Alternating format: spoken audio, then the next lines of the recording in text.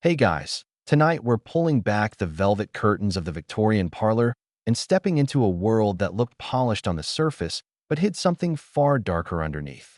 Imagine lace doilies, polished silver, and polite conversation, all disguising a system that erased women's identities, stole their property, and even claimed ownership of their children. Behind the elegant portraits and wedding finery lay a reality so grim that many wives described themselves as slaves in their own homes. So, before we begin, take a moment to like the video and subscribe, but only if you genuinely enjoy what I do here. And drop a comment telling me where you're tuning in from and what time it is right now. I always love seeing how far these stories travel across the globe. Now, dim the lights, maybe let a candle flicker nearby, and get comfortable. Tonight's journey isn't about kings and queens or battlefield glory. It's about the silent battleground inside Victorian homes. This was a world where marriage vows didn't just bind two people together. They erased one of them almost completely. Under the doctrine of coverture, a wife ceased to exist legally the moment she said, "I do." Her wages, her property, her body, even her children, every part of her life was absorbed into her husband's authority. That it sounds like something out of a Gothic novel, but it was the law. And for women like Caroline Norton, who found herself locked in a violent marriage and stripped of her children, the nightmare was all too real. Tonight, we're going to trace those stories, uncover the medical conspiracies, the economic traps, the courtroom humiliations, and the rare sparks of rebellion that finally began to crack the walls of this oppressive system. The birth of coverture in the dim and echoing halls of medieval Norman courts, where men in heavy cloaks muttered in Latin and scribes scratched ink across parchment, a doctrine was born that would haunt women's lives for the next 8 centuries. It was called coverture. The word itself meant covering, and the concept behind it was as suffocating as the name suggests. Coverture was not an idea dreamt up in a moment, nor a law passed in a single day.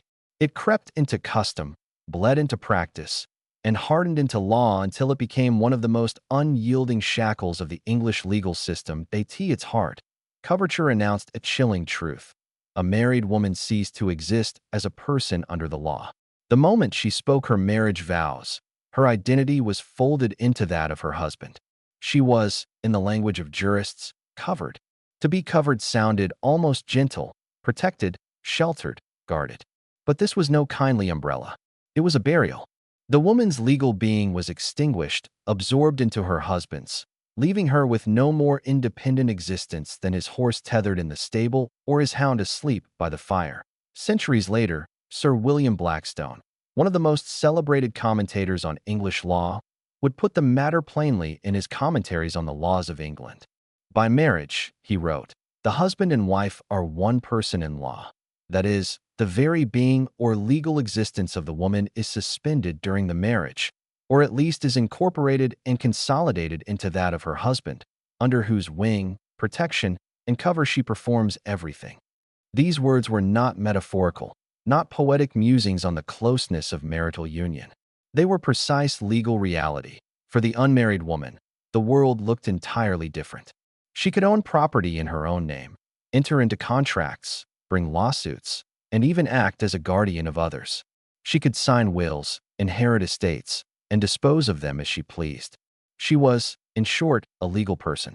But the moment she stood before the altar, the law smothered her voice. Marriage transformed her from subject to shadow, from someone to no one. Imagine a 19-year-old girl on the morning of her wedding, dressed in silk, her cheeks flushed with nervous excitement. Perhaps she had been raised to believe that marriage meant stepping into adulthood, that she was to be mistress of her own household, honored partner to her husband. Yet as the vows left her lips, she unknowingly stepped into a trap woven long before she was born. The ring placed upon her finger was not a symbol of shared devotion but a silent key, locking her into a legal coffin. The doctrine's cruelty was not abstract. It touched every corner of married life. Once under coverture, a woman could not own her own wages, no matter how hard she worked. If she had inherited land or wealth, it became her husband's outright. If she attempted to make a contract, it was void, as though written by a ghost. Should she try to bring a case in court, she could not. She had no standing.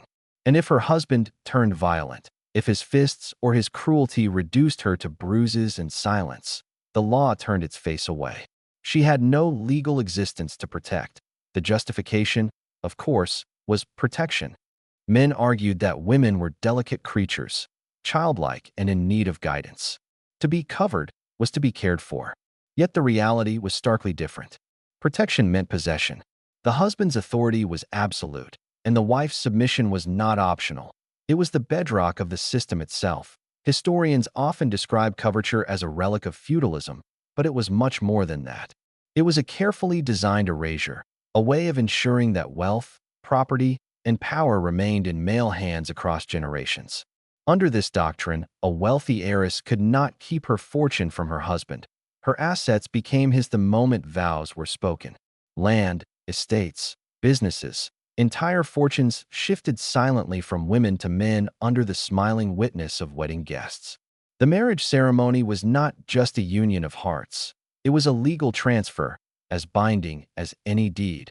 The true terror of coverture lay in its permanence. A woman could not simply step back into personhood by changing her mind.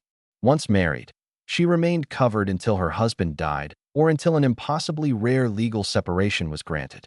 In practice, this meant a woman's entire adult life might be lived as a shadow, dependent entirely on the whims, temper, and mercy of her husband. The seeds planted in medieval courts blossomed into a sprawling system of injustice by the Victorian age. Behind the respectable facades of elegant townhouses and country estates, thousands of women lived as legal phantoms. They could not sign a lease, could not shield their earnings, could not protect their children, could not even refuse their own bodies to the men who claimed ownership of them. The very fabric of respectability, those polished parlors, those manicured gardens, was built on a foundation of women's erasure. And the cruelest irony? This doctrine, which reduced half the population to silence, was paraded as moral refinement. English law congratulated itself on its order and civility, while concealing beneath the robe of justice one of the most systematic cruelties ever inflicted on women. Coverture was not simply a legal technicality. It was the invisible chain binding wives in every marriage, a doctrine so deeply rooted that many could not even see it for what it was: legalized slavery. This was the beginning of a nightmare that countless Victorian women would endure. The wedding night, far from a celebration of union, often marked the exact moment when freedom ended. From that night forward, their names might be spoken, but their legal selves had vanished. They were covered. They were erased. And the world applauded as though this was civilization's crowning achievement. From person to property, the moment a bride crossed the threshold into marriage, she left her old life behind. Not simply her family name or her girlhood home, but her very existence in the eyes of the law. If, as a young unmarried woman, she had once signed her name on a contract or spoken with authority in court, those memories belonged to another person, a ghost she could never again inhabit. Under the doctrine of coverture, she was no longer herself. She had become an appendage of her husband. It is difficult, in our modern world, to imagine the brutality of this transformation. An unmarried woman in Georgian or early Victorian England might seem constrained, yes, by custom and social expectation, but she still possessed clear legal powers. She could inherit land from her father, she could rent it out, she could make a will deciding who would receive it after her death. If cheated in business, she could sue in her own name. If wronged, she could stand before a magistrate and demand redress. Her signature had weight. Her words had force. She was, however fragile in society's eyes, a person in the realm of law. But once she spoke the fateful words of marriage, the scales crashed down. Her husband's identity consumed her own like a fire-devouring paper. From that day forward, her wages, should she earn any, were his. If she had possessions, jewelry, clothes, furniture, they too were his. If she had inherited money, it flowed directly into his pockets. A house once deeded in her name now bore his. The law saw no distinction. Her fortune, her labor, even her body, were merely extensions of his authority. One case often cited by reformers was that of Caroline Norton, though she would become notorious later. As a girl, she had been witty, intelligent, and ambitious.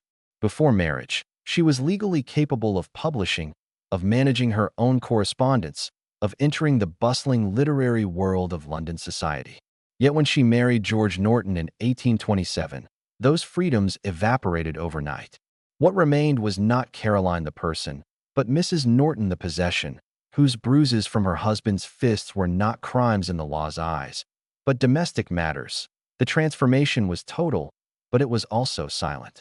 There was no ceremony in the courts, no parchment declaring, "You are no longer a person." Instead, it was woven into the everyday fabric of marriage itself. A woman who had once counted coins from her dowry might awaken the next morning to discover her purse held no more than the crumbs her husband allowed. A woman who had once corresponded with publishers might find her letters intercepted, her words read and judged before they could even leave her home. The law did not need to shout its power. It simply withdrew the very air a woman breathed until she found herself gasping for rights that no longer existed. And yet, society clothed this cruelty in poetry and piety. Marriage was celebrated as a holy union, a sacrament ordained by God. Ministers spoke of wives obeying husbands as Christ obeyed God. Poets romanticized the fusion of two souls into one. Even in Blackstone's cold legal prose, the description of coverture carried a veneer of tenderness. The wife was under the wing of her husband, performing everything with his guidance. Who could object to such protection? But protection, in this context, meant obliteration. The wing was a shroud. To be under a husband's cover was not to be sheltered, but to be erased. The irony was sharpest when wealth was involved. The young heiress who had inherited an estate from her father quickly discovered that her marriage vows were less a promise of love than a deed of transfer. Her land was now her husband's to manage, rent, or sell. If he squandered it on gambling or drink, she had no recourse. If he mortgaged it into ruin, she could only watch. The law did not recognize her claim, because to the law she no longer existed as the owner. This system also ensured the smooth transfer of wealth across male lines. Fathers might fret over dowries, but they knew their estates, once given to daughters, would inevitably pass into the hands of sons-in-law. Marriage, in this sense, was less about love than about the consolidation of male property and the preservation of patriarchal order. The wedding ceremony, with its flowers and music, was in reality a legal contract, not between two equals, but between men. The bride's father handing his daughter to the groom, the property flowing with her. The social consequences were devastating. Women who had once imagined marriage as liberation quickly discovered it was a trap. Some compared it to death itself, a burial of the living. Letters from the era describe brides weeping not with joy but with dread, realizing too late what the vows would cost them. The respectable home, polished and orderly, hid a cage in its foundations. And still, the doctrine persisted because it served the interests of those who wrote the laws. Judges, lawyers, and politicians were men who benefited from a system that funneled wealth, power, and authority into male hands. Few questioned the arrangement, for it mirrored the world they believed was natural. Men as masters, women as shadows. The transition from person to property was, then, not just a legal fact but a cultural one. It shaped literature, religion, medicine, and daily life. The married woman was taught to be silent, obedient, invisible. If she dared resist, she found herself not only opposed by her husband, but abandoned by the law meant to protect her. The story of coverture, in its early chapters, was not merely about law. It was about erasure disguised as respectability. Behind every smiling wedding portrait of the 19th century, there lingered a silent truth. The woman in white had vanished.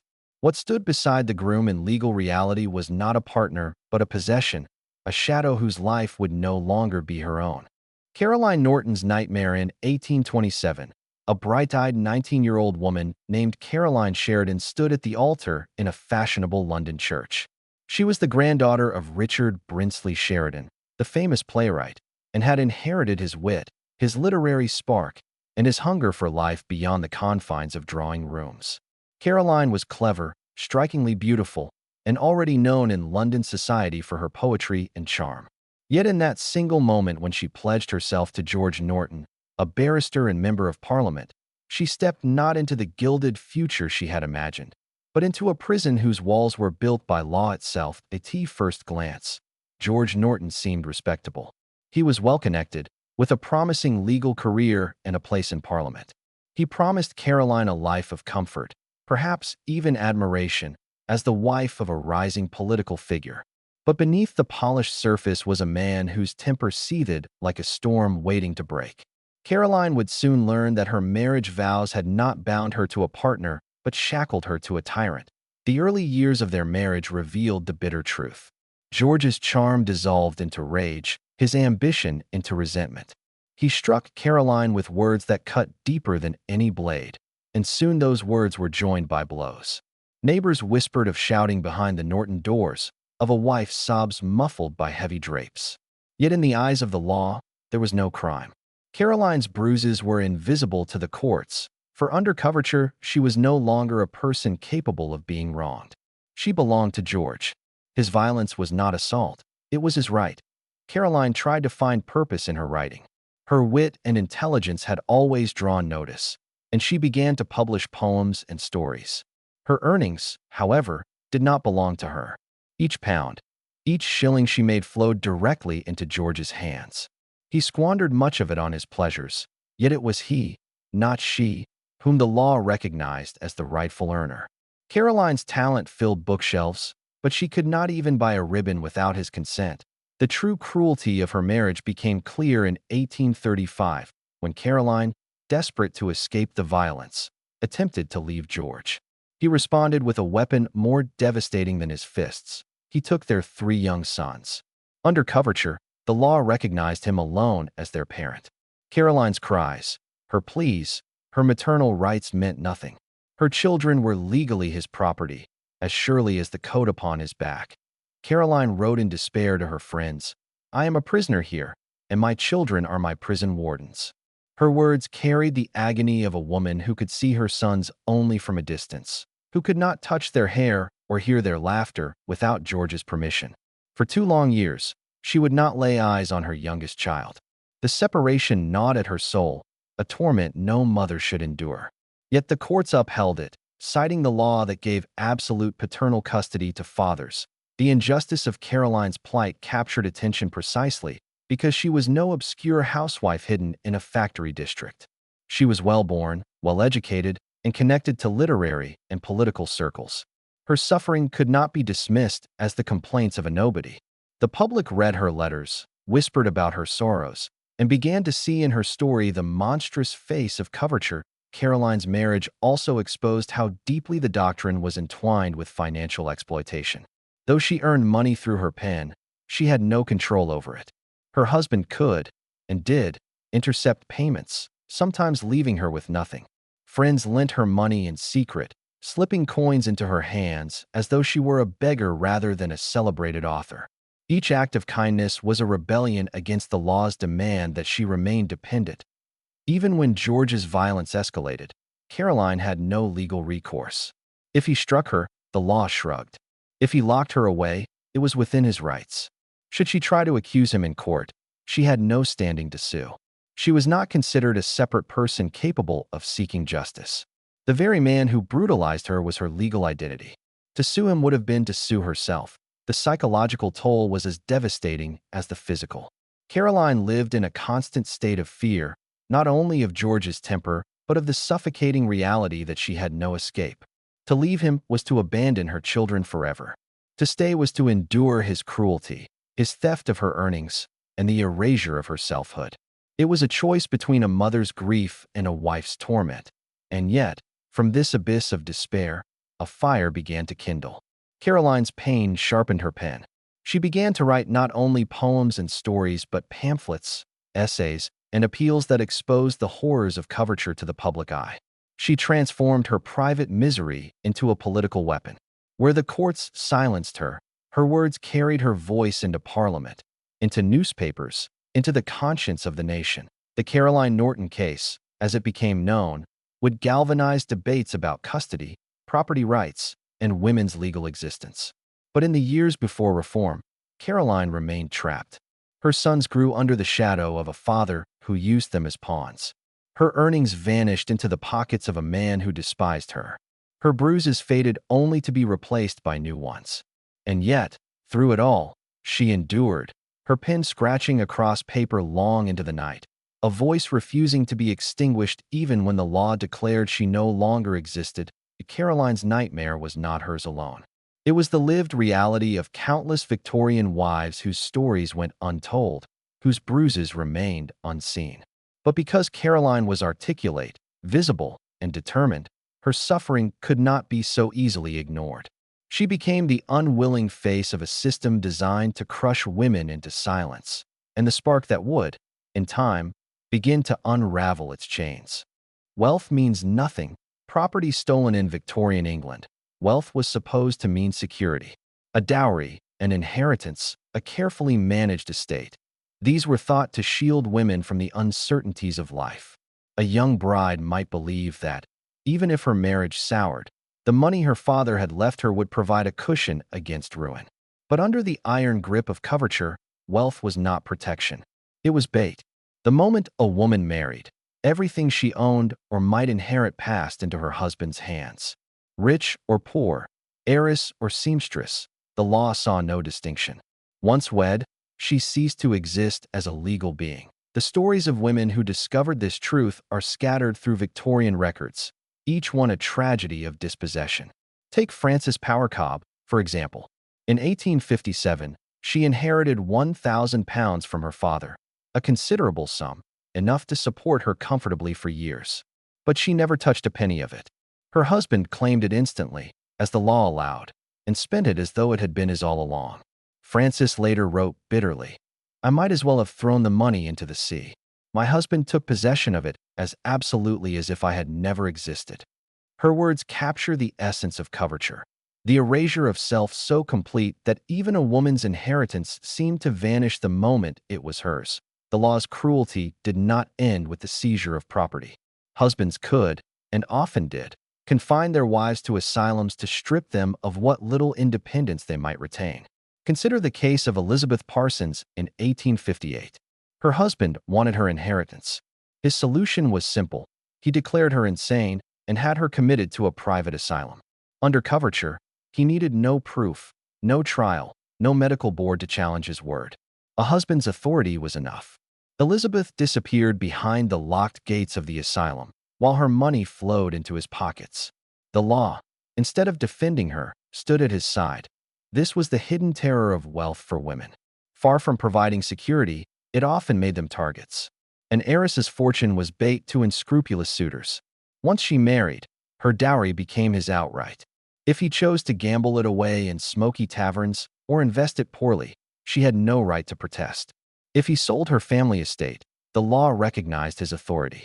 Even the jewelry she wore on her wedding day, the heirlooms passed down from mothers and grandmothers, could be pawned or sold without her consent. The possessions she carried into marriage did not belong to her. They belonged to her husband. Reformers of the time pointed out the absurdity of this arrangement. Why should a woman's property vanish simply because she married? Why should her hard-earned wages or inherited lands be treated as her husband's spoils? Yet defenders of coverture claimed it was necessary for the stability of marriage. A household, they argued, could not function with divided authority.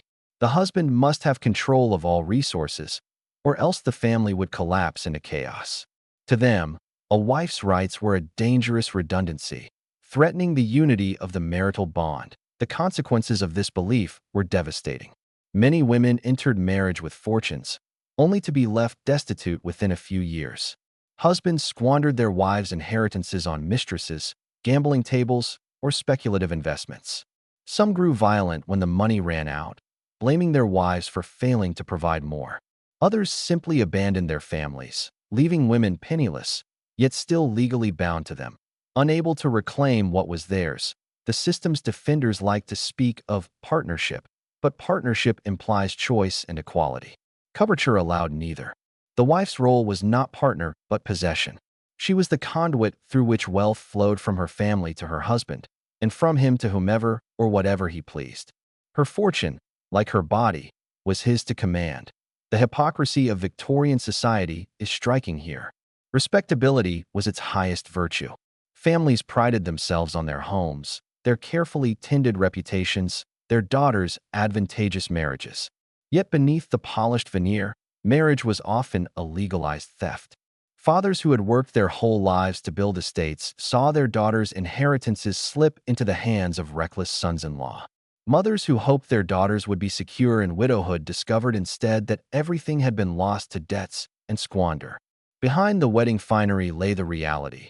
Wealth meant nothing once a woman spoke her vows. Women themselves recognized this bitter truth. Diaries and letters from the period record their despair. One anonymous wife wrote, "I brought him land and coin, but they are no longer mine. I am a guest in the house my father built." Another lamented, "I am the richest beggar in England. All that is mine is his, and he spends it as though I were but heir." These voices, though often silenced in public, echoed in private circles, fueling the slow rise of resistance that would one day demand reform. But in the mid-19th century, reform seemed a distant dream. The law was unbending, its language precise. A married woman could not own property in her own name. She could not open a bank account. She could not sign a lease. She could not sue for theft because the thief, her husband, was legally incapable of stealing from her. To the courts, husband and wife were one, and that one was always the husband. This brutal arrangement ensured that women's financial independence was nearly impossible. Even if she were industrious, even if she worked long hours as a seamstress, a shopkeeper, or a writer, her earnings belonged not to her, but to her husband. Even if her family left her a legacy, it became his. Even if she tried to hide away coins for her children's future, the law would not protect her secret. She was, in every sense, economically erased. The stories of Frances Power Cobbe and Elizabeth Parsons are not anomalies. They are symbols of a wider truth. In Victorian England, wealth meant nothing in the hands of a woman. Marriage stripped it from her, leaving her vulnerable, dependent, and invisible. The irony was bitter. Society praised marriage as a woman's highest achievement, the pinnacle of her respectability.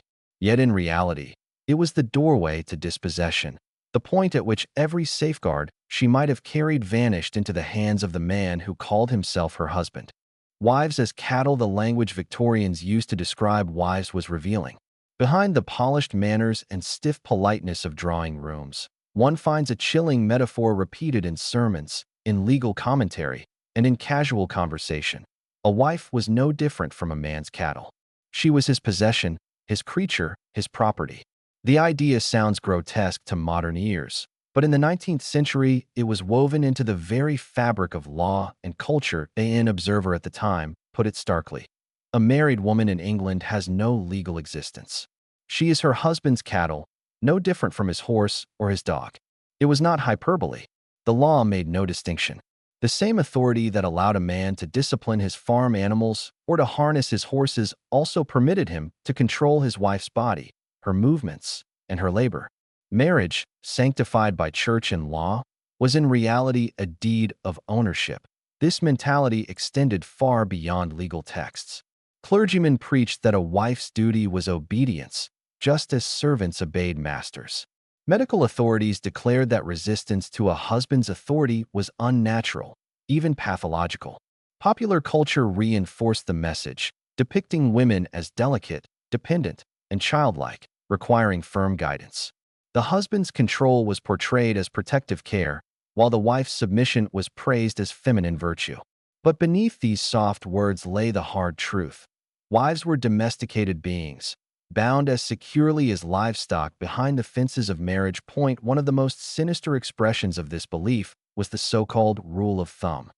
According to popular legal wisdom, a husband could beat his wife so long as the stick he used was no thicker than his thumb. In practice, this guideline was more folklore than statute, but it reflected a very real tolerance for domestic violence. Courts often looked the other way when wives appeared with bruises and broken bones. Neighbors might whisper, but rarely did authorities intervene. If the violence was questioned, the explanation was simple: she was his wife. He had the right. Victorian medicine lent its authority to this domestic tyranny. Dr. William Acton, one of the era's leading experts on sexuality, wrote in 1857 that the husband has the right to enforce sexual intercourse, as this is the wife's duty and his natural right. The words are chilling, a blunt endorsement of what we now call marital rape. For Victorian men, this was not a crime. It was a sacred prerogative. The wife's body, like her dowry and her inheritance, was simply part of her husband's property. The diaries of Lady Colin Campbell laid bare the horror of this reality. Married to Lord Colin Campbell, she endured years of humiliation and abuse. He infected her with syphilis through his affairs, yet still forced himself upon her despite her illness. He would not be denied his rights, she wrote bitterly, though it meant my death. When she begged him to use preventative measures to avoid further infection, he dismissed her plea as an insult to his manhood. Her story was not an exception but a reflection of a wider truth. Husbands believed access to their wives' bodies was absolute, regardless of consent, health, or danger. Beyond the bedroom, physical violence was equally normalized.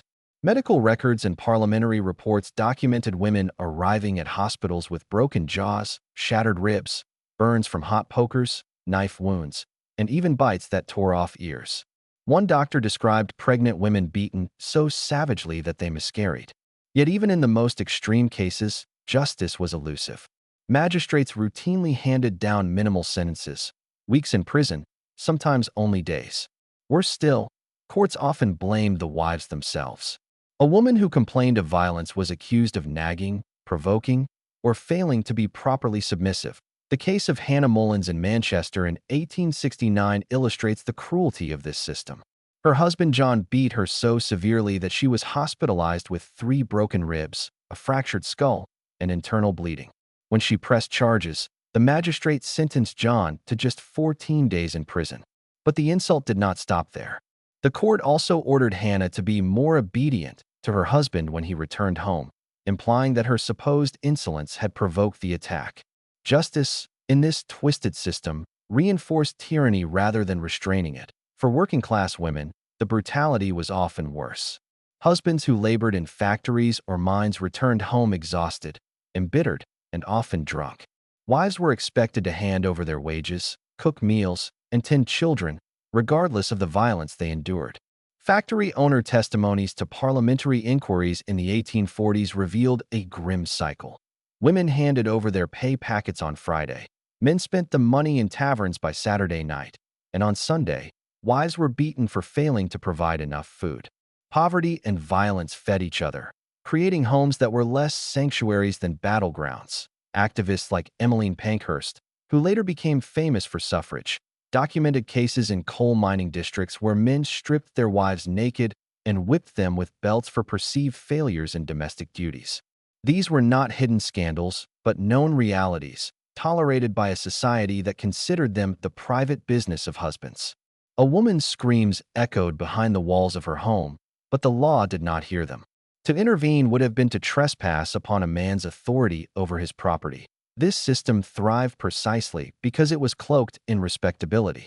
The polished facade of Victorian houses, the lace curtains, the gleaming brass, the polite dinner parties, masked a domestic hell. Behind those doors, wives lived as chattels, their bruises covered by long sleeves, their silence enforced by law. Society congratulated itself on its morality, yet sanctioned violence as discipline, rape as duty, and erasure as protection. To describe wives as cattle was not a metaphor for cruelty. It was the reality of their legal status. A cow cannot own property. A horse cannot bring a lawsuit. A dog cannot refuse its master. In Victorian England, neither could a wife. Sexual tyranny in the marriage bed. If coverture reduced wives to shadows in the eyes of the law, the marriage bed revealed the full extent of their captivity. It was here, in the most intimate space of all, that Victorian society sanctioned one of its most inhuman practices, the denial of female consent. To marry was to surrender your body. Once vows were spoken, a woman could not legally refuse her husband, no matter her health, her desire, or her terror. The very word marital rape did not exist, because the concept was considered impossible. A wife, by definition, could not say no. Victorian medical texts, written by men and upheld by courts, were blunt about this so-called duty. Dr. William Acton, whose 1857 textbook on reproductive health was considered authoritative, stated, "The husband has the right to enforce sexual intercourse, as this is the wife's duty and his natural right." Those words, cold and clinical, gave license to generations of men to force themselves on their wives without fear of consequence. Physicians, preachers, and magistrates all reinforced the idea that a wife's submission was not only expected but divinely ordained. For women, the reality was far from sacred. It was brutal. Diaries, letters, and court testimony reveal lives lived in silent violation night after night. Many wives describe the marriage bed as a place of dread rather than love. Lady Colin Campbell's story became one of the most notorious. Married to Lord Colin Campbell, she contracted syphilis from his affairs. The disease ravaged her body, bringing pain and humiliation. Yet her husband did not relent. He would not be denied his rights, she wrote bitterly, though it meant my death.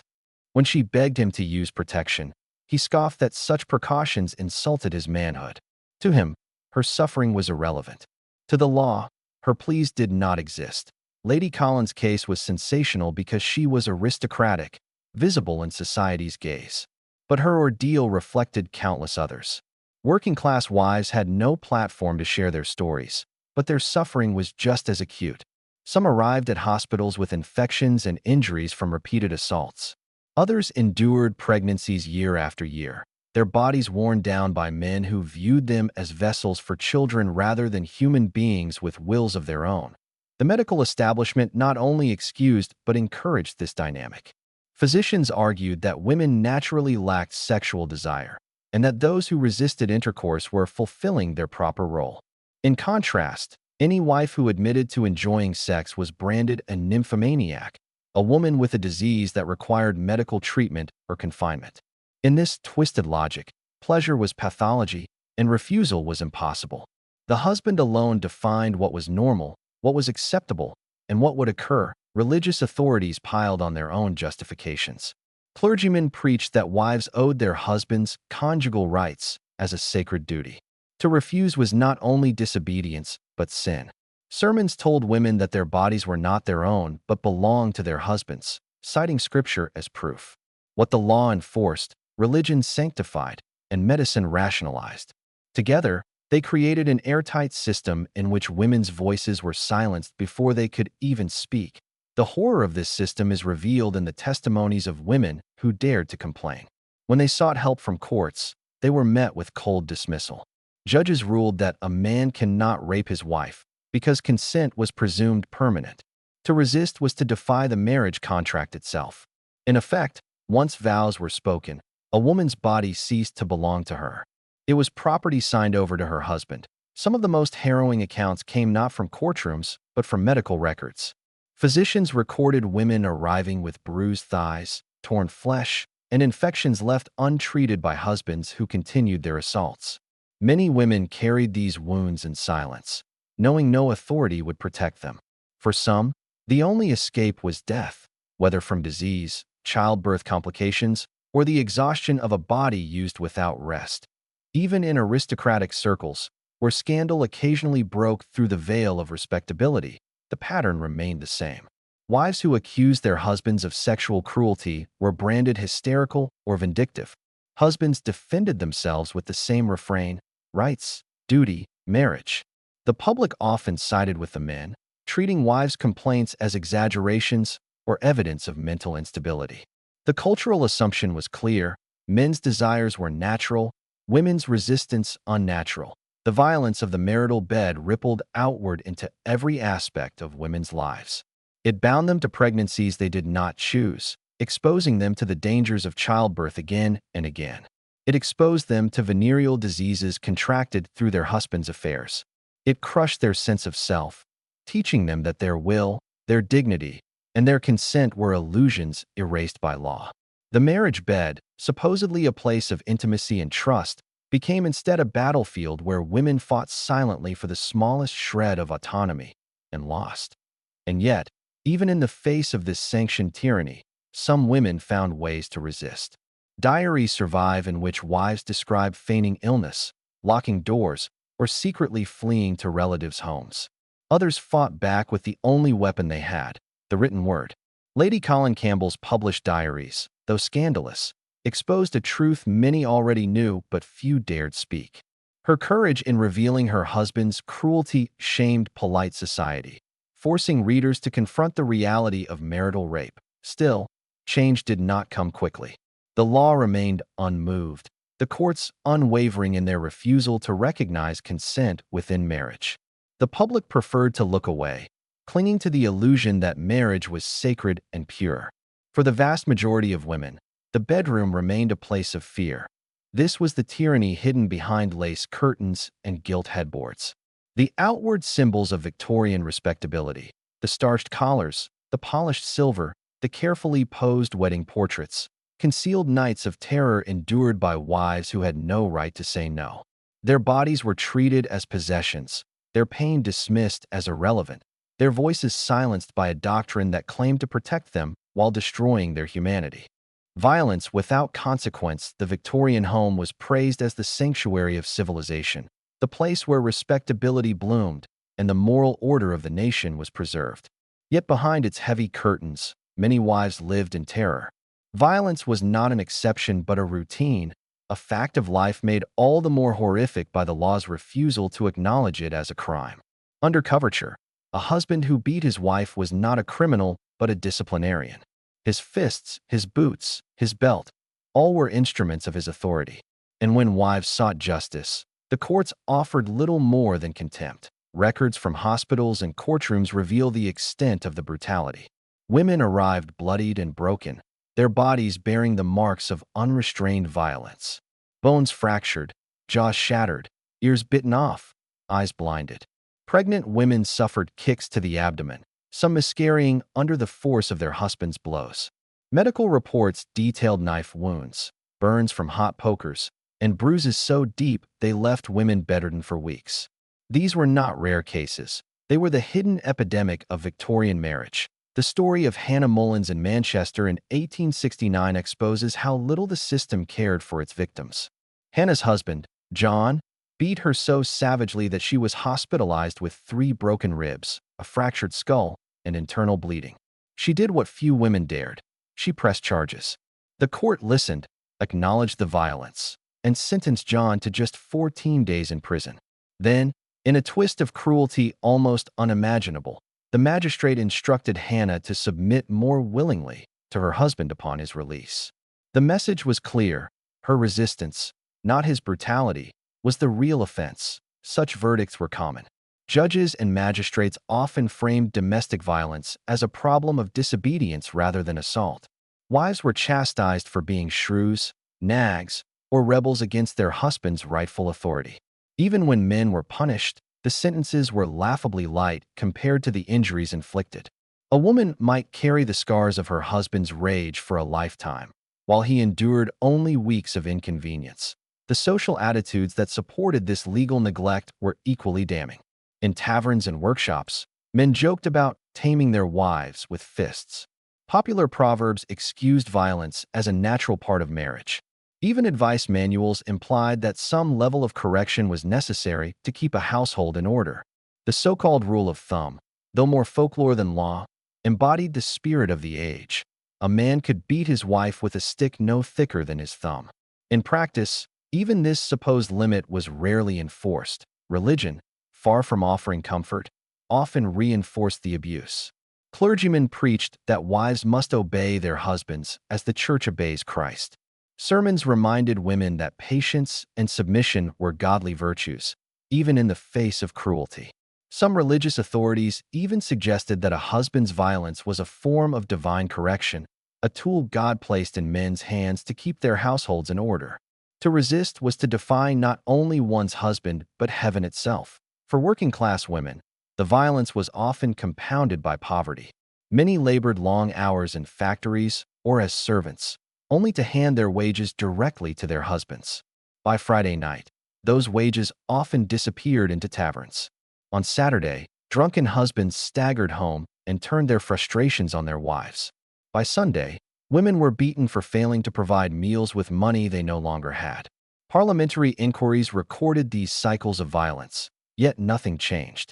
Poverty became both the cause and the excuse for brutality, trapping women in lives of endless hardship. Medical authorities, who might have been expected to challenge such cruelty, instead documented it with detached indifference.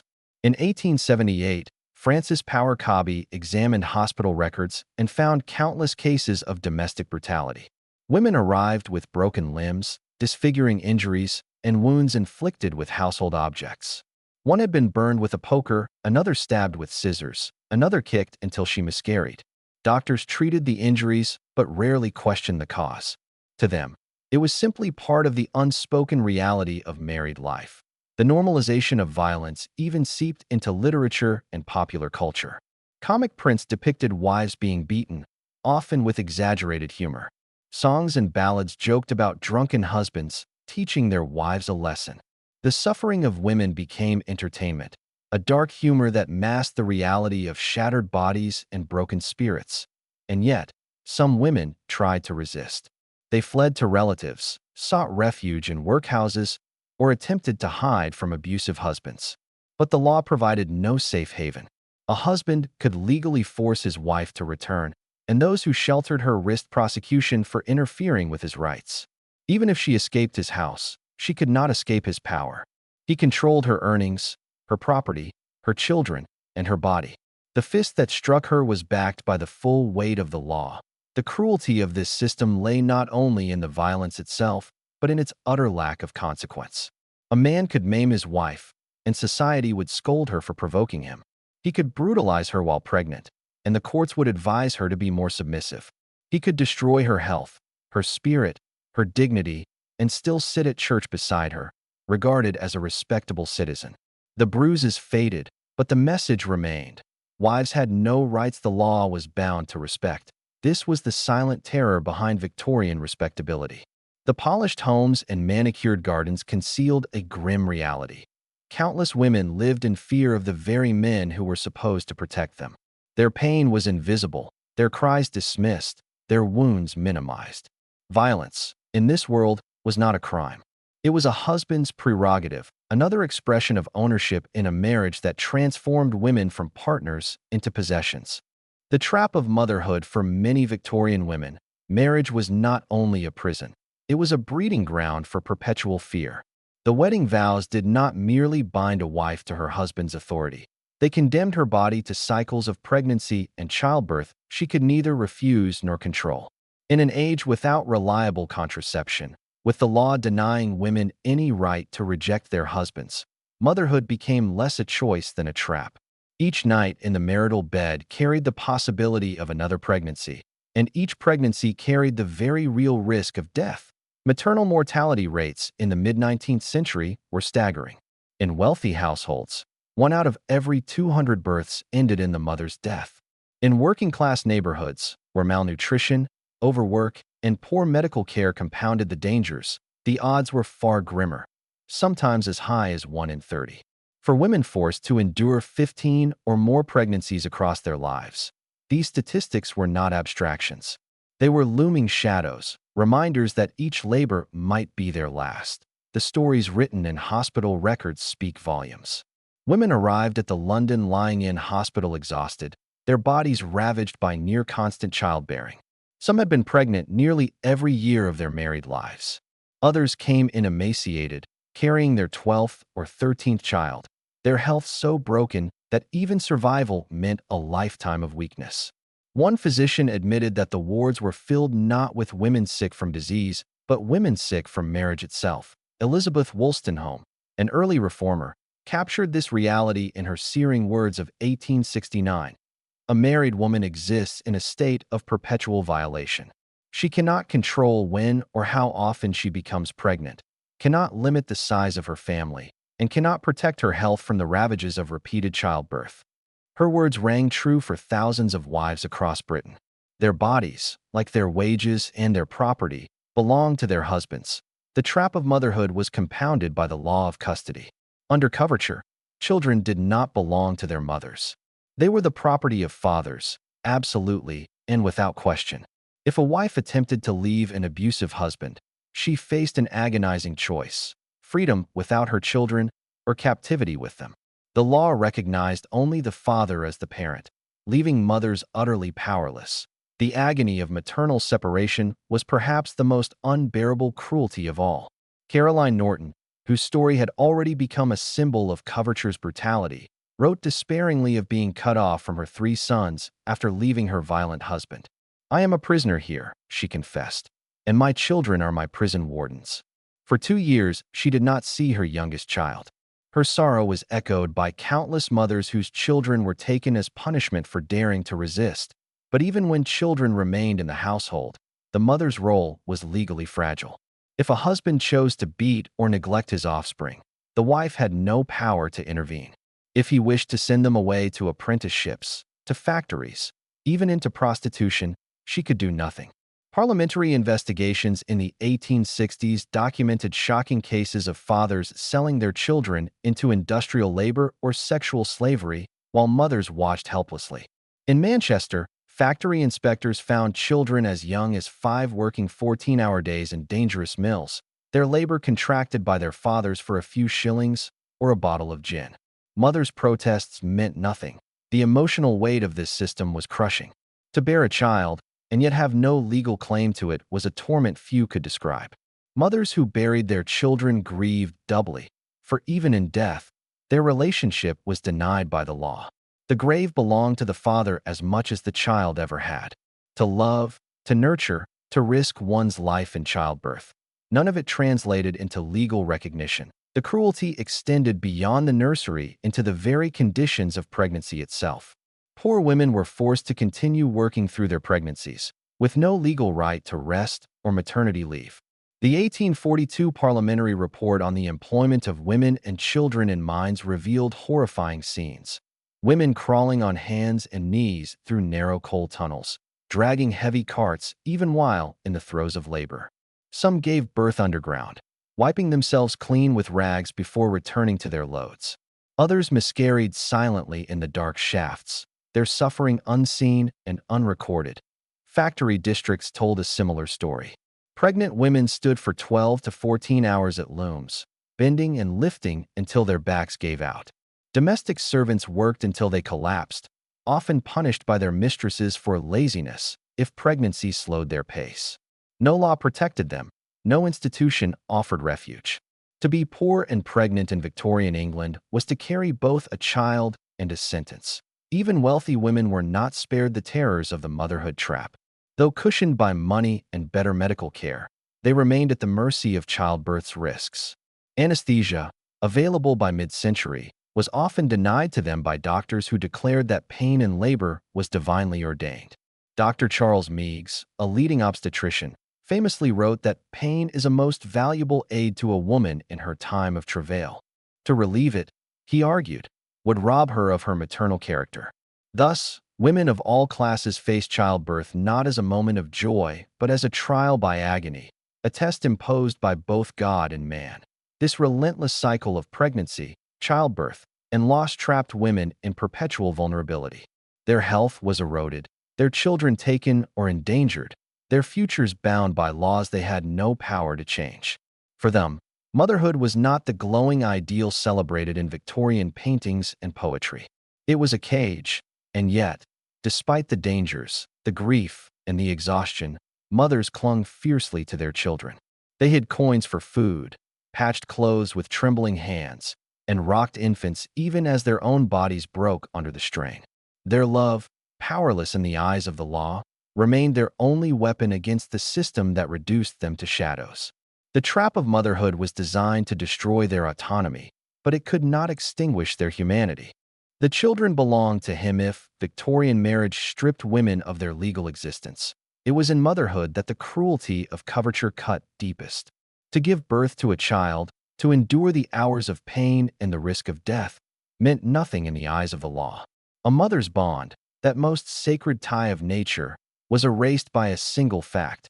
Children belonged entirely and exclusively to their father. This doctrine was mercilessly clear. The moment a child drew breath, he or she became the father's property. The mother had no rights of custody, no rights of guardianship, not even the right to see her children if her husband forbade it. The law recognized her labor, but not her parenthood.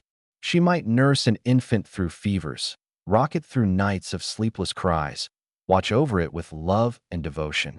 But legally, she was a stranger in her own home. The case of Caroline Norton embodies this anguish. When she fled her violent husband George in 1835, he seized their 3 sons and barred her from any contact. For 2 years, she was forbidden even to glimpse her youngest child. Her letters from this time drip with desperation. I am a prisoner here, and my children are my prison wardens. The torment of being separated from her boys became the wound that never healed, and it propelled her into the fight for reform. But Caroline's story was not exceptional. Across Britain, thousands of mothers endured the same grief in silence. Their children taken as leverage in the cruel game of patriarchal power. The injustice went further still. If a husband chose to beat his children, the mother had no authority to intervene. If he decided to send them to work in factories or mines, her protests carried no legal weight. If he abandoned them, she could not step in as their guardian without his consent. And if she herself died, her family had no claim to the children either. They remained the property of the father, who might remarry, sell their labor, or even discard them at will. The horror of this system emerges starkly in the parliamentary investigations of the 1860s, which uncovered cases of fathers selling their children into industrial labor or outright sexual exploitation. In Manchester's textile districts, inspectors found children as young as 5 contracted into 14-hour days among the dangerous looms. The fathers pocketed the wages, often spending them in taverns. Mothers, powerless to stop the transactions, could only watch their children vanish into the factories, choking dust and deafening machinery. Some never came home. The cruelty of absolute paternal rights was felt most savagely by the poor. In the coal mining districts of Wales, reformers like Emmeline Pankhurst documented appalling abuses, fathers stripping their wives of wages, then beating them when the children went hungry. Some fathers forced daughters into prostitution to pay debts, while mothers wept helplessly, unable to shield them. The law, indifferent, confirmed again and again that the father's will was absolute. Even when children suffered directly from their father's brutality, the courts upheld paternal authority. Doctors like Elizabeth Blackwell documented cases where men kicked pregnant wives in the abdomen, causing miscarriages, or injured their children in drunken rages. Yet the law refused to recognize these acts as crimes against the family. The father was master. His violence, like his authority, was beyond question. The emotional devastation for mothers cannot be overstated. Diaries and letters reveal women who described themselves as walking corpses, alive but emptied by the loss of their children. One mother wrote bitterly, "He took my sons as though they were coats from a cupboard. They were mine in blood, but his in law." Another confessed, "I fed them at my breast, but I may never kiss them again." What is a mother when the law denies her motherhood? Even among the wealthy, the situation was no better. In fact, wealth often made children even more attractive as pawns in marital conflict, since inheritance and property were at stake. Husbands used custody as a weapon, withholding children to punish wives who dared disobey. The children became bargaining chips, tools to reinforce dominance. Mothers were expected to submit or risk losing everything that made their lives meaningful. The public, at times, recoiled at the extremity of these cases.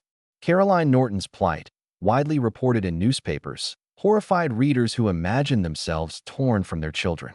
Her pamphlets, such as The Separation of Mother and Child by the Law of Custody of Infants Considered, 1838, gave eloquent voice to this anguish. They shocked many into realizing that respectable Victorian marriage concealed cruelties more terrible than any scandal whispered in salons. Norton's relentless campaign eventually yielded the Custody of Infants Act of 1839, which allowed mothers limited rights to children under the age of 7. It was a small crack in the wall of paternal authority, but a crack nonetheless. Still, for most women, nothing changed. The law remained heavily weighted in favor of fathers, and custody battles almost always ended in the mother's loss. The anguish continued behind closed doors, unseen by those who admired Victorian homes as bastions of respectability. The nursery, that symbol of domestic bliss, was in fact a battleground where women fought and lost against the cold indifference of the law. The tragedy was not only legal but spiritual. By severing the bond between mother and child, Victorian society inflicted wounds that no reform could fully heal. Women who were forced to part from their children carried the grief for life. their letters and diaries echoing with loss long after their bodies were broken by childbirth and age. Their suffering was invisible to a society that celebrated marriage as sacred and motherhood as noble, yet stripped women of both the moment they entered the marriage contract. Thus, the children of Victorian homes, pictured in portraits with lace collars and solemn eyes, were more than symbols of innocence. They were reminders of the system's cruelty, living proof that their mothers existed only as vessels, their love unrecognized, their rights denied. The law declared the children belonged to him, and for the mothers who bore them, nursed them, and loved them, there was no greater agony. Working women, double chains for middle and upper-class Victorian women, coverture stole property, wages, and custody. But for working-class wives, the chains were doubled. They were expected not only to endure legal erasure and domestic servitude, but also to labor outside the home, in factories, mines, and kitchens, while still submitting their bodies, their earnings, and their obedience to husbands who held absolute power over them. Work, which might have offered independence, became another form of captivity. By the mid-19th century, industrial Britain relied heavily on female labor. In textile mills across Lancashire, women made up nearly half the workforce by 1860.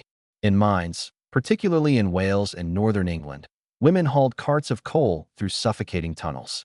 In urban households, armies of maids, laundresses, and seamstresses toiled from dawn until dark. Their wages kept families afloat, paid rent, and put food on the table. Yet none of it belonged to them. Under coverture, every penny earned by a married woman was legally her husband's. The injustice was laid bare in parliamentary inquiries. Mill owners testified openly that they paid wages directly to husbands, even when wives had done the labor. The logic was simple. A wife had no independent existence. She could spin thread, lift looms, and bleed her fingers raw, but the wage packet was handed to the man at week's end. What happened after was predictable. Many husbands spent the money in taverns before stumbling home. By Sunday, wives were beaten for failing to provide adequate meals they had no money left to buy. The trap of labor was nowhere clearer than in the coal mines, where reformers documented shocking conditions. Pregnant women crawled on hands and knees through tunnels, hauling coal carts like beasts of burden. Some went into labor underground, wiping themselves with rags before resuming work. The 1842 parliamentary report described women chained by belts and harnesses, dragging loads alongside mules in darkness. Their bodies were bent, their lungs filled with coal dust, yet their wages still disappeared into their husbands' pockets. Domestic service, the largest employer of women in Victorian Britain, offered little more dignity. Servant girls worked 16-hour days, rising before their employers and sleeping in cramped attics. Married servants were rare, but when women did wed, their pay too was claimed by their husbands. If a husband demanded they leave service, they had no choice. If he squandered their earnings, they had no recourse. Their labor was his property, as surely as their bodies. Some women tried to carve out independence by running small businesses, dressmaking shops, laundry services, or boarding houses. Yet the law still denied them control. The case of Ellen Woodhouse in Birmingham is telling. By the mid-1850s, she had built a thriving dressmaking business with over 20 employees. But legally, the business belonged not to her, but to her husband James, who contributed nothing. He regularly withdrew profits for gambling and drink, and when Ellen attempted to open a separate bank account in 1858, the bank refused. Married women, they explained, could not own property or enter contracts. Ellen's empire, painstakingly built stitch by stitch, was reduced to ashes coin by coin. For working-class women, even small wages could mean survival. A seamstress might earn just enough to buy bread, but if her husband took it, she and her children went hungry. Many wives resorted to hiding coins in hems or under floorboards, desperate to keep a fragment of control. Discovery meant violence. Husbands treated hidden money as betrayal, proof of rebellion against their authority. Some women were beaten for hoarding as little as a few shillings. The paradox was cruel. Society demanded that women contribute to the nation's labor force, yet punished them with legal invisibility. They were praised as industrious wives and mothers, yet denied any claim to the fruits of their work. They were essential to the economy, yet treated as parasites in their own homes. Their bodies labored twice, once for industry, once for their families, while the law rewarded neither. Even inheritance offered no escape. When Mary Jane Turner inherited her father's profitable bakery in 1862, she might have imagined independence. Instead, the property automatically transferred to her husband. Within 2 years, he had sold the bakery, squandered the proceeds, and left her destitute. She had no legal recourse. The business she had helped build since childhood was gone, stolen not by strangers, but by the man she was bound to by law. The brutality of this system was not merely economic, but psychological. Working women knew their labor mattered. They saw the mills running, the coal wagons filled, the dresses stitched and sold. Yet they also knew their effort would never free them. Their wages vanished into their husbands' pockets, their businesses into their husbands' names, their children into their husbands' custody. The message was clear. No matter how hard they worked, they remained shadows. Literature of the time occasionally captured this despair. In penny newspapers and serialized novels, the figure of the overworked, underpaid wife appeared as a tragic character. Bent over a sewing machine by candlelight, coughing into rags, stitching until her fingers bled. Yet these depictions often emphasize sacrifice rather than injustice, portraying women as noble martyrs rather than victims of a system designed to exploit them.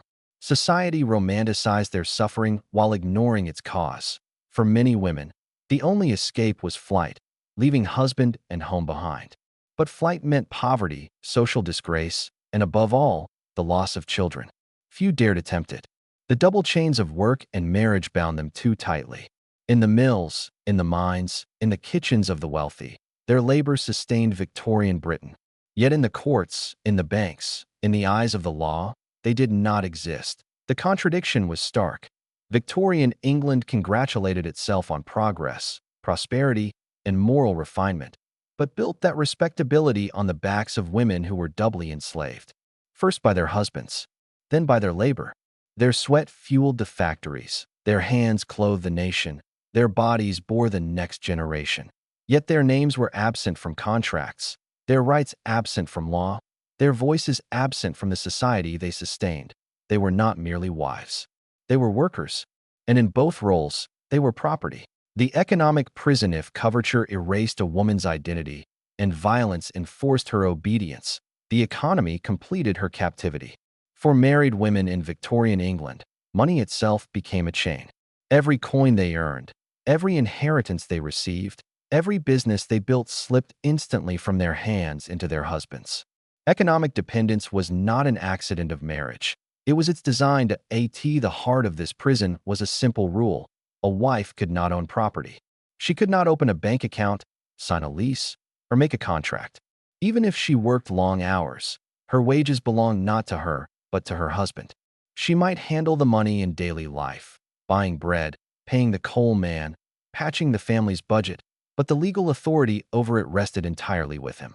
He could grant her an allowance, or he could deny her a single penny. The case of Ellen Woodhouse shows this with brutal clarity. By the mid-1850s, Ellen had turned her skill with a needle into a thriving dressmaking business in Birmingham. She employed more than 20 women, crafted gowns for wealthy clients, and built a reputation as one of the city's finest seamstresses. Yet the business did not belong to her. Every shilling of profit legally belonged to her husband James, who contributed nothing. He dipped freely into the accounts to fund his drinking and gambling. When Ellen tried to open a separate bank account in 1858, the bank refused her application. Married women, they explained, had no right to own property or enter contracts. Ellen wrote bitterly to her sister, "I have built an empire only to watch a fool destroy it coin by coin." This was no isolated injustice. Across the country, women's enterprises were ruined by reckless or indifferent husbands. Mary Jane Turner, who inherited her father's profitable bakery in 1862, saw the property immediately transfer to her husband upon marriage. Within 2 years he sold it, squandered the proceeds, and left her destitute. She had no legal claim, no recourse in court. The business she had worked in since childhood was gone forever. The situation for working-class wives was equally grim. In the textile mills of Lancashire, women comprised nearly half the workforce by 1860. They spun thread, operated looms, and endured grueling hours in dangerous conditions. Yet their wages were rarely handed directly to them. Employers paid husbands, not wives, reinforcing the idea that women's labor was not truly theirs. Testimonies before parliamentary committees revealed a common pattern. Men collected their wives' wages on Friday, spent them in taverns, and returned home penniless. By Sunday, wives were beaten for failing to provide adequate meals, though the money had never touched their hands. Even small acts of financial independence were punished. Women who tried to hide coins for food or rent risked violence if discovered. Husbands treated secret savings as betrayal, evidence that wives were attempting to claim a shred of autonomy. Some women were beaten for hoarding as little as a few shillings. Economic dependence was maintained not only by law but by fear. Inheritance, too, offered no escape. A daughter might be left a dowry or estate by her father, but the moment she married, it became her husband's outright. Families knew this, and many strategized to protect daughters through trusts or settlements. But these legal maneuvers were expensive and available only to the wealthy. For most women, marriage meant surrendering not only present earnings but future legacies. Even divorce, when it could be obtained, offered little financial relief. Under the Matrimonial Causes Act of 1857, men could divorce their wives for simple adultery. Women, however, had to prove adultery combined with cruelty, bigamy, or incest. And even successful female petitioners received almost nothing. Court records show women typically awarded less than 20% of marital assets, with no guarantee of ongoing support. Many emerged from divorce poorer than when they entered marriage, forced to rely on family charity or low-paying work. Caroline Norton herself learned this bitter truth. After years of abuse, she finally secured a legal separation from her husband in 1855. Yet she received no financial settlement, despite his considerable wealth. She was forced to support herself through writing, while he retained all marital property. Her words echoed the frustration of countless women. "I am poor, though he is rich. I am destitute, though he thrives on what was mine." The psychological toll of this economic prison was immense. Women were made to feel like beggars in their own homes, dependent on allowances that could be withheld at whim. A husband's temper determined whether they ate, whether their children were clothed, whether candles lit their nights. Respectable wives, dressed in fine gowns bought with their husband's money, often confessed in private letters that they felt humiliated, decorated but powerless, like dolls in gilded cages. For poor women, the humiliation was harsher still. Imagine a mother who worked 12-hour shifts in a mill, returning home exhausted, only to hand over her pay packet to a husband who drank it away. She cooked with scraps, sewed patches onto rags, and soothed hungry children, all while knowing the law stood firmly on her husband's side. Her labor sustained both factory and family, yet she remained invisible, her efforts dismissed, her wages stolen. This economic dependency was not incidental. It was the backbone of Victorian marriage. By denying women financial autonomy, the system ensured they could not escape. To leave a husband meant leaving not only the roof over one's head, but also the means to survive. Without legal rights to money, property, or children, a wife who fled faced destitution. In this way, the law turned economics into a weapon as powerful as any fist. Victorian society congratulated itself on order and stability, pointing to tidy homes and industrious families as proof of moral progress. But this stability was built on women's subjugation. Their labor fueled industries, their earnings filled household coffers, their inheritances preserved family fortunes, yet none of it belonged to them. They were prisoners in houses they helped maintain, paupers in businesses they created, shadows in families they sustained. The economic prison was perhaps the most insidious form of captivity because it was invisible. Bruises could fade, screams could be muffled, but empty purses told the story silently. Behind every respectable facade of Victorian prosperity lay women whose hands produced wealth they could never hold, whose names were erased from deeds and accounts, whose very survival depended on the whims of men who saw them not as partners, but as possessions. Divorce, a dead end if marriage under coverture was a cage. Divorce might seem the key. Yet for most Victorian women, divorce was no escape at all. The law was deliberately structured to favor men, to preserve property in male hands, and to keep women bound even when cruelty, neglect, and betrayal made marriage unbearable. What existed was not a pathway to freedom, but a narrow corridor, blocked at every turn by cost, stigma, and legal double standards. Before 1857, divorce in England could only be obtained through a private act of Parliament. It was a privilege of the wealthy elite, costing upwards of £1,000, 5 years' wages for a skilled working man, an impossible sum for almost everyone else. Even then, the process was humiliating. Couples aired their private miseries before both houses of Parliament. Their stories turned into spectacle for the nation. Few women dared attempt it, and fewer still succeeded. The Matrimonial Causes Act of 1857 seemed, at first, to offer hope. It shifted divorce proceedings to civil courts, lowering costs slightly and making the process less exclusive. But the law preserved the gendered bias at the heart of marriage. Men could divorce their wives for simple adultery. Women, by contrast, had to prove adultery combined with cruelty, incest, bigamy, or desertion. A wife had to expose not only her husband's betrayal, but also his violence or perversion. Mere infidelity, which could destroy her reputation and health, was not enough. Court records from the era reveal this cruelty. A husband could openly keep a mistress, even flaunt her in society, and his wife remained bound unless she could prove additional offenses. A woman, by contrast, who strayed even once was condemned. Adulterous wives were shamed, divorced, and often left penniless.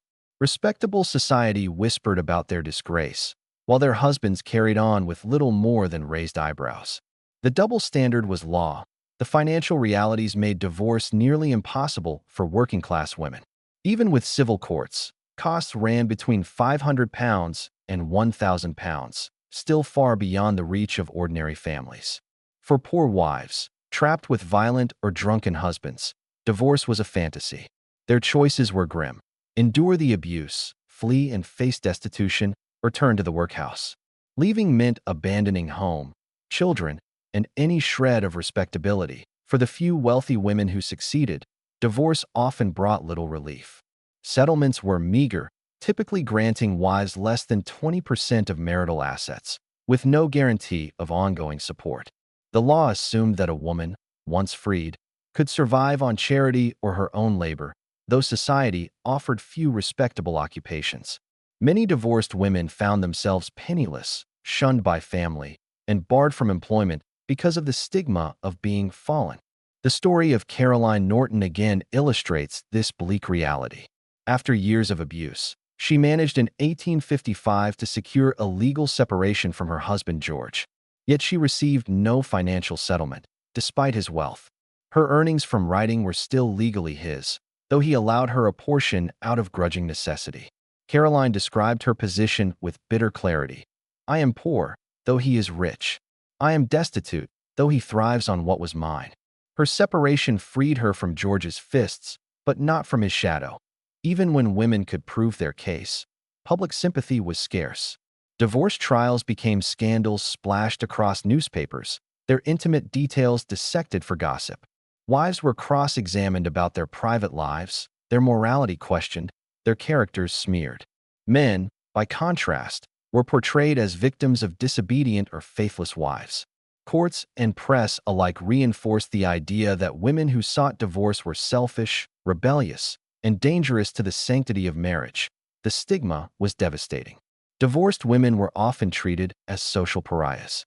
Respectable families refused to receive them, employers shunned them, and landlords denied them housing. For the wealthy, divorce meant exile from polite society. For the poor, it meant exclusion from survival itself. A divorced woman, even if she had escaped cruelty, often found herself in deeper misery than before. Children, too, remained beyond their reach. Custody laws still favored fathers overwhelmingly. A woman who left her husband, even for good cause, risked permanent separation from her children. This fear kept many trapped in abusive marriages, unwilling to trade their children's presence for their own safety. Divorce, far from offering liberation, threatened to sever the very bonds that defined motherhood. Reformers recognized the cruelty of this system. Feminists like Barbara Lee Smith Bodishin and Frances Power Cobbe campaigned tirelessly for changes to divorce and custody laws. They argued that women should not be bound to men who abused them, and that children should not automatically belong to violent fathers. Their pamphlets shocked polite society by describing the hidden violence of respectable homes. But legal change came only slowly, and often grudgingly. For the vast majority of Victorian wives, divorce remained a mirage on the horizon, visible but unreachable. They lived and died within marriages that offered no exit, enduring cruelty in silence. The polished photographs of Victorian couples in their wedding finery concealed this truth. For the woman, the vows were not a promise of union but a life sentence. Respectability, so prized by Victorian culture, depended on keeping women bound. To free them through divorce would have meant admitting that marriage could be oppressive, even destructive. Society was not prepared for such honesty. And so the courts preserved the illusion by making escape nearly impossible. Divorce was not a key to freedom. It was a door locked tight, with men holding the key. For women, it was a dead end, a reminder that the law was not designed to protect them, but to preserve the authority of the men who claimed them. Behind every failed petition, every denied custody, every meager settlement lay the same truth. The system was never meant to let them go. Medicine as a weapon. If the law erased women's identities and the economy bound them in dependence, Victorian medicine provided the justification. Cloaked in the authority of science, doctors transformed cultural prejudice into clinical diagnosis. What husbands demanded, what courts enforced, and what churches sanctified, physicians rationalized. Women were not oppressed, they insisted. They were simply sick, unstable, or naturally unfit for independence. Medicine became another tool of domination, wielded to pathologize resistance and to legitimize cruelty. At the heart of this medical conspiracy was the belief that women's reproductive organs governed their minds. Dr. Henry Maudsley, one of Britain's most respected psychiatrists, declared in 1874 that the female constitution is dominated by the reproductive system. Women are essentially ovarian in their mental and moral characteristics. In this worldview, a woman's brain was merely an appendage of her womb. Her moods, her intellect, her will, all were dictated by the cycles of her reproductive organs. If she resisted her husband, pursued education, or expressed political opinions, it was not reason speaking but pathology. The consequences were devastating. Thousands of women were diagnosed with hysteria, moral insanity, or nymphomania for behaviors considered normal in men. A wife who refused sexual intercourse could be labeled frigid, sick, or insane.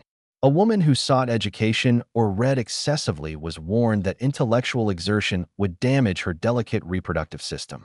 A politically outspoken wife could be committed to an asylum for mania.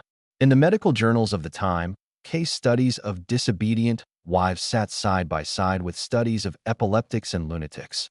The weaponization of medicine was perhaps most grotesque in the work of Dr. Isaac Baker Brown, president of the Medical Society of London in the 1860s.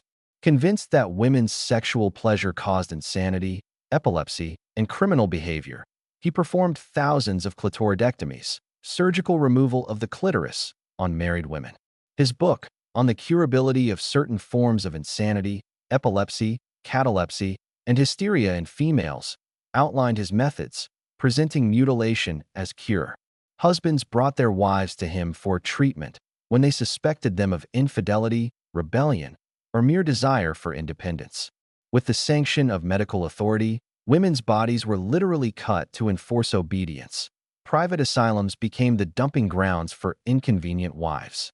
A husband who wanted control of his wife's property or freedom from her interference needed only to claim she was insane. Under coverture, his word was sufficient. Parliamentary investigations in the 1860s uncovered horrifying patterns. Women confined for reading too much, for refusing sex, for challenging their husband's authority. Some were perfectly sane, but once declared mad, they disappeared behind locked gates. The asylums profited, the husbands triumphed, and the women languished in silence. One of the most infamous cases was that of Rosina Bulwer-Lytton, wife of novelist Edward Bulwer-Lytton. In 1858, after publicly criticizing her husband's novels, Rosina was declared insane and committed to a private asylum. Multiple physicians examined her and found her entirely sane, yet she remained imprisoned for weeks until public outrage forced her release. Rosina later wrote bitterly, "Any woman who displeases her husband may find herself declared mad and locked away forever." Her story was not an aberration, but a warning. Every wife lived with the knowledge that resistance could be rebranded as insanity. Medical treatments themselves often inflicted cruelty under the guise of care. The notorious rest cure of Dr. Silas Weir Mitchell, inflicted on thousands of women, required complete isolation, enforced bed rest, and prohibition of reading, writing, or intellectual activity. Women were force-fed rich foods until they gained excessive weight, while their minds withered in boredom and despair. Charlotte Perkins Gilman, who endured the rest cure, later wrote, "I came so near the borderline of utter mental ruin that I could see over." Childbirth, too, became a site of medical domination. Though midwives had centuries of experience and often achieved better outcomes, physicians campaigned to eliminate them and medicalize birth. Pain relief, available by the mid-19th century, was withheld on moral grounds. Dr. Charles Meigs, a leading obstetrician, declared that pain in childbirth was divinely ordained, that to relieve it would rob women of their maternal character. Many doctors refused anesthesia, forcing women to endure agony as proof of virtue. The cruelty was theological, but it was enforced by medicine. Even female sexuality itself was redefined as pathology. Dr. William Acton, the same authority who declared marital rape a husband's right, also insisted that the majority of women, happily for them, are not much troubled with sexual feelings of any kind. Wives who admitted desire were diagnosed as nymphomaniacs. Courts used this medical opinion to justify unlimited male sexual access. If women had no desires, then resistance could only be madness. Consent was erased not only by law but by science itself. The alliance between husbands and physicians created a trap with no exit. The law gave men control. Medicine provided the rationale. If a woman obeyed, she was weak and childlike. If she resisted, she was sick and insane. Either way, her voice was silenced. The very institutions that claimed to protect her health instead mutilated her body, confined her mind, and erased her autonomy, and society applauded. Doctors were hailed as pioneers, their treatments published in journals and praised at medical conferences.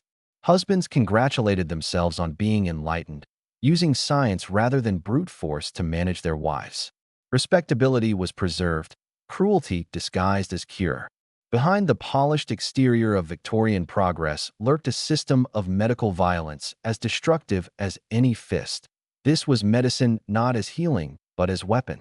Its scalpel was authority, its diagnosis control, its cure submission. For countless women, the doctor's office, the asylum, the birthing bed were not places of care, but arenas of subjugation. Under the mask of science, Victorian society perfected a new form of cruelty, the transformation of oppression into treatment. Childbirth, science, and cruelty. Childbirth is often imagined as the pinnacle of motherhood, the moment when suffering yields to joy. In Victorian England, however, it was a battlefield where women faced not only the dangers of biology, but also the deliberate cruelty of medicine. Pain, risk, and death stalked every delivery room, while doctors, cloaked in authority, turned women's agony into a stage for their theories of morality and control. That be why the mid-19th century, reliable anesthesia was available. Ether and chloroform, first used in the 1840s, could ease the agonies of labor, but many physicians refused to administer them. Pain, they argued, was divinely ordained. To relieve it was to defy God's will. Dr. Charles Meigs, a leading obstetrician, famously declared, "Pain is a most valuable aid to a woman in her time of travail." It was not merely a medical opinion, but a theological decree. Suffering was part of woman's destiny, a proof of her maternal virtue. A woman who endured agony was seen as noble. A woman who sought relief was branded weak or unnatural. The result was predictable. Women screamed through endless hours of labor, sometimes dying from shock or exhaustion, while anesthetics sat unused on doctors' shelves. Midwives, who had long provided empathetic care, were pushed aside by a growing medical establishment eager to claim childbirth as its domain. Yet the progress of obstetrics often deepened women's misery. Forceps were overused, sometimes tearing mother and child alike. Infections spread rampantly through maternity wards as doctors moved from one patient to another without washing their hands, dismissing germ theory as nonsense. Women who survived birth often succumbed days later to puerperal fever, a preventable tragedy disguised as inevitability. The cruelty did not end with pain and infection.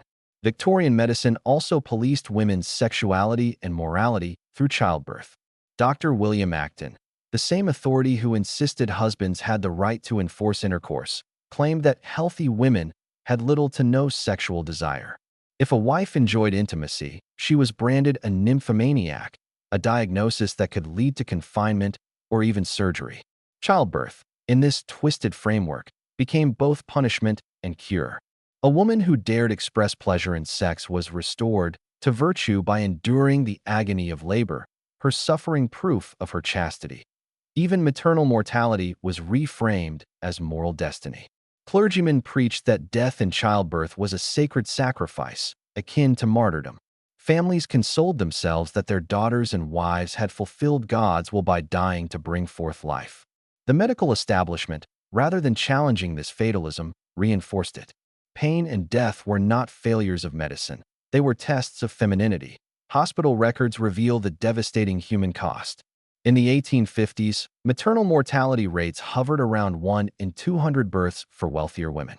For the working class, the odds were far worse, sometimes as high as 1 in 30. For women who bore 10 or 15 children across their lives, the risk compounded with terrifying certainty. Some households buried multiple wives in succession, each dying in childbirth, each replaced by another woman drawn into the same peril. The brutality of childbirth was sharpened by poverty. Working-class women, denied rest or maternity leave, labored in factories and mines until the moment of delivery. The 1842 parliamentary report recorded women in coal pits, heavily pregnant, dragging carts of coal through tunnels on hands and knees. Some went into labor underground. Others miscarried in the dark shafts, their bodies too broken to carry life to term. For them, childbirth was not a sacred event, but one more burden in lives already consumed by toil. Even after delivery, the cruelty continued. The law denied mothers any legal claim to their children, placing them under the absolute control of fathers. A woman might risk her life in childbirth, only to find herself powerless to protect the child she had nearly died to bear. If her husband chose to sell the child's labor or deny her access, she had no authority to intervene. Her suffering produced life, but her reward was erasure. Medical interventions often increased rather than alleviated women's pain. The rise of the rest cure forced new mothers into confinement, isolating them from intellectual activity and social contact under the guise of protecting their fragile health. Women were overfed, immobilized, and denied books or writing materials, leaving them physically bloated and mentally broken. Charlotte Perkins Gilman, who endured such treatment, later wrote, "I came so near the borderline of utter mental ruin that I could see over." Childbirth was thus followed not by rest, but by a medically enforced imprisonment of the body and mind. Perhaps the most grotesque abuse of medicine in this period was the continuation of unnecessary surgeries. Influenced by Baker Brown's theories, some physicians recommended clitoridectomies as cures for women who resisted their husbands or displayed sexual independence. These procedures, sometimes performed on women after childbirth, mutilated their bodies under the pretense of restoring moral health. Medicine, in these moments, was less a science than an instrument of terror. The contradictions were striking. Victorian society celebrated motherhood as woman's highest calling, yet treated pregnant and birthing women with cruelty, neglect, and contempt. Paintings and poetry idealized mothers as angels in the house, their arms cradling infants in serene domestic bliss. Meanwhile, real women screamed in agony, died in filthy wards, and lost legal claim to the very children they bore. Respectability worshipped the image of motherhood while crushing the reality of mothers themselves. To walk through a Victorian maternity hospital was to glimpse the truth behind the facade. Behind the curtains of lace and moral rhetoric lay wards filled with women pale from blood loss, shivering with fever, writhing in agony. Some clutched their newborns briefly before succumbing to infection. Others survived, only to find their bodies broken by repeated pregnancies, their spirits drained by endless submission. For every smiling portrait of a Victorian mother and child, there were dozens of graves filled with women whose suffering society called natural, necessary, even holy. Childbirth in Victorian England was not merely a biological ordeal. It was a ritual of control, a test of obedience, and too often, a death sentence.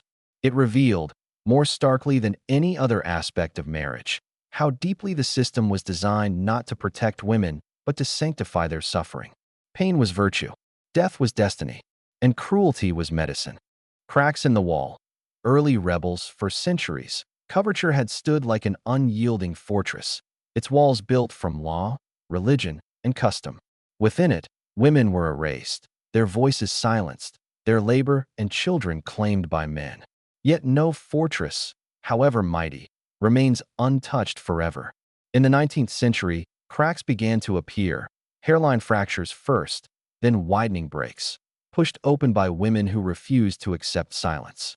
They did not destroy the system overnight, but their defiance exposed its cruelty, and their courage planted seeds of reform. The most famous of these rebels was Caroline Norton, whose personal misery became a public cause. After years of abuse and separation from her children, she turned her pen into a weapon. In 1838, she published The Separation of Mother and Child by the Law of Custody of Infants Considered. In eloquent, heart-wrenching prose, she described the agony of mothers torn from their children, the injustice of laws that granted fathers absolute control. Her words shocked readers, piercing the complacency of polite society. She lobbied Parliament relentlessly, enduring ridicule and ostracism, until finally the Custody of Infants Act of 1839 passed. It granted mothers limited rights to children under 7, a modest reform, but a monumental crack in the wall of paternal authority. Other women chose different paths. The wealthy American Frances Wright scandalized both Britain and the United States by rejecting marriage entirely. In 1829, she declared, "I will not place myself voluntarily in the position of a slave." Instead, she lived openly with her lover and bore children outside wedlock, defying every convention of respectability. Her independence was possible only because of her fortune, but her example challenged the belief that marriage was a woman's inevitable destiny. Society reviled her, but she refused to bend. Her rebellion was not just personal, but ideological, a declaration that women could exist outside the institution that sought to erase them. Some found protection in wealth and family connections. Lady Constance Grosvenor, when faced with a financially reckless husband, turned to her father. Through careful legal maneuvering, trusts were established that placed her inheritance beyond her husband's reach. It was a strategy available only to the privileged few, but it demonstrated that even within the system, women and their allies sought loopholes, ways to retain a shred of independence. Each trust established was another small fracture in Coverture's facade. Among the poor, where legal options were scarce, resistance took more desperate forms. In London's East End, networks of women created informal safe houses where abused wives could hide with their children.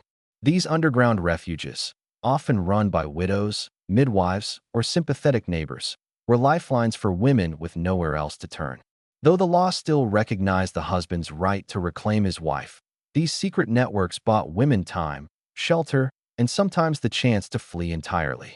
Their existence was a quiet rebellion, a whisper of solidarity against the roar of patriarchal power. Even literature became a tool of resistance. Charlotte Perkins Gilman's short story The Yellow Wallpaper, 1892, though written slightly later, dramatized the horrors of the rest cure and the broader subjugation of women under medical and marital authority. Its narrator, confined and dismissed as insane, mirrored the fate of countless Victorian wives. Though fictional, the story struck a nerve, exposing how easily women's realities could be twisted into diagnoses. Art became another crack in the fortress wall, forcing society to confront truths it preferred to ignore. For those who escaped, the cost was staggering. Women who left their husbands often faced social death. They were branded fallen women, denied respectable employment, and shunned by polite society. Housing was difficult to secure, charity scarce, and family support uncertain. Some lived in poverty for the rest of their lives. And yet, many wrote that freedom, even bitter, hungry freedom, was better than life under tyranny. Caroline Norton herself, after finally securing separation, wrote, "I am poor. I am scorned. I am alone, but I am no longer a slave."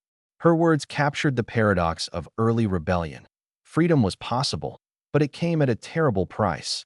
These scattered acts of defiance did not topple coverture. Most Victorian wives still lived and died within its grip, their stories unrecorded. But the cracks mattered. Each pamphlet, each legal trust, each underground refuge chipped away at the illusion of inevitability. Reform came slowly. Property rights for married women in 1870 and 1882, incremental custody reforms, eventual recognition of women as legal persons.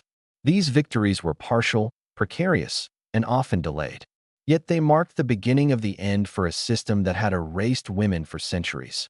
What makes the story of these rebels so powerful is not the scale of their triumphs, but the depth of their courage. They rose against a system backed by church, law, medicine, and society itself. They endured mockery, exile, poverty, and loss, yet still they fought. Their resistance revealed that the fortress of coverture was not invincible. Its walls were strong, but not unbreakable. And so, behind the photographs of stiffly posed Victorian couples, behind the polished facades of townhouses, behind the sermons extolling obedience, there burned a quiet flame of defiance. Women who refused to be erased, who chose poverty over slavery, who wielded pens and voices and sheer willpower against centuries of oppression. Their struggles laid the groundwork for reforms that would slowly, painfully, restore fragments of women's humanity under the law. The fortress did not fall in their lifetimes, but it cracked. And through those cracks, the light of change began to shine.